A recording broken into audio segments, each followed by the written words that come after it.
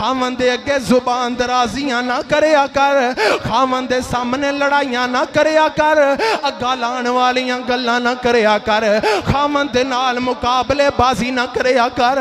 और जिन्हां दा खामन दुनिया तो टुर जाए, अल्लाह दी कसम है लोगां दे घरां अंदर भांडे मांजन ते मजबूर हो जांदियां ने। अल्लाह दी कसम उठा के कहना लोगां दे कम करन ते मजबूर हो जांदियां ने। अज हाथ बन के गुजारिश करांगा नी मेरी माए बहने, अपने खामद नू सिर दा ताज समझिया कर, अपने खामद नू अपनी कुल कायनात समझिया कर, अपने खामद नू अपनी बादशाही समझिया कर, अपने खामद नू अपना सारा कुछ समझिया कर। किदे विच गलतियां नहीं हुंदियां। हजरत बीबी पाक फरमांदियां ने अली पाक ज़हरा नू माफ कर दिया जे।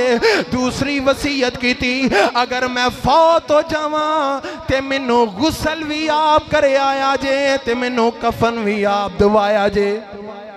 जेड़े लोग आ जांदे ने कि जदों खावंद फौत हो जाए बीवी दे नाल निकाह टुट जांदा है, जदों बीवी फौत हो जाए खावंद नाल निकाह टुट जांदा है, गैर महरम हो जांदियां ने, दोवें एक दूसरे नू नहीं देख सकते।